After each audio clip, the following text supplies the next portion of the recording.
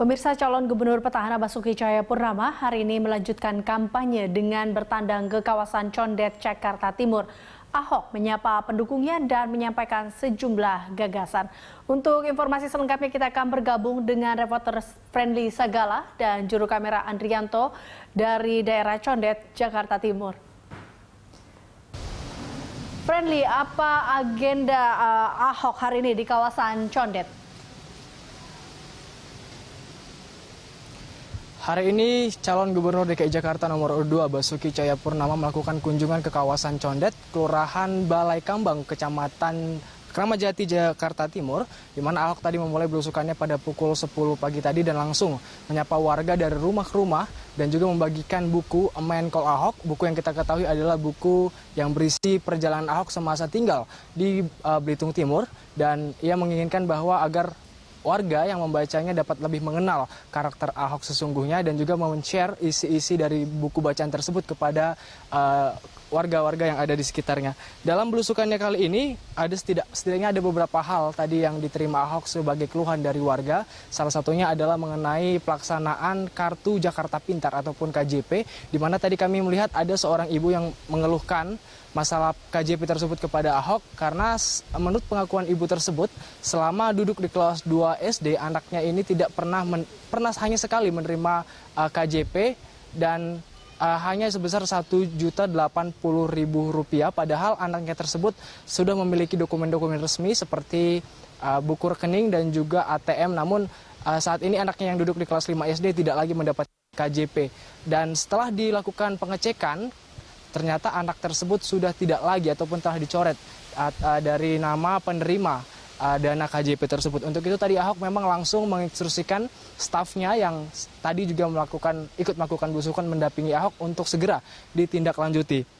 Dan selain menerima keluhan dari warga, tadi Ahok juga menyempatkan untuk memantau Sungai Ciliwung yang letaknya ini tidak jauh dari perkampungan, tepatnya ada tepat di belakang perumahan warga.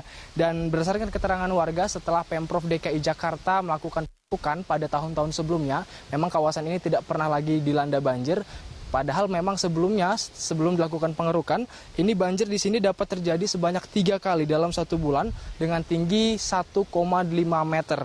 Dan yang paling menarik adalah ketika tadi melihat Ahok memantau Sungai Ciliwung, banyak di sini masyarakat yang langsung bertanya-tanya apakah nanti Ahok akan merelokasi masyarakat yang tinggal di perkampungan ataupun di Kelurahan Balai Kambang ini, mengingat pengalaman pada daerah-daerah lain yang juga telah direlokasi.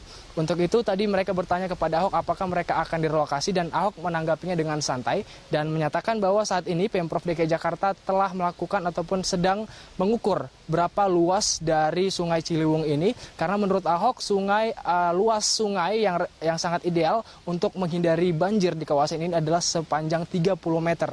Dan apabila nanti ternyata luas wilayah ataupun luas Sungai Ciliwung tidak sampai 30 meter, itu artinya akan dilakukan pembangunan sitpel yang mengharuskan rumah-rumah warga di sini harus direlokasi. Dan tadi juga Ahok sempat berdialog dengan warga di sini untuk membicarakan hal tersebut, dan tanggapan masyarakat kami lihat ada yang bersedia untuk tinggal, untuk melepaskan lahan mereka dan tinggal di rumah susun dengan biaya penggantian yang sesuai. Dan berikut cuplikan pernyataan dari Basuki Cahayapurnama. Saya pengen di daerah Condet, kalau daerahnya itu bisa dihindari tidak seat pile, kita nggak mau seat pile. Tapi kalau dia nggak ada batu cadas, harus seat pile.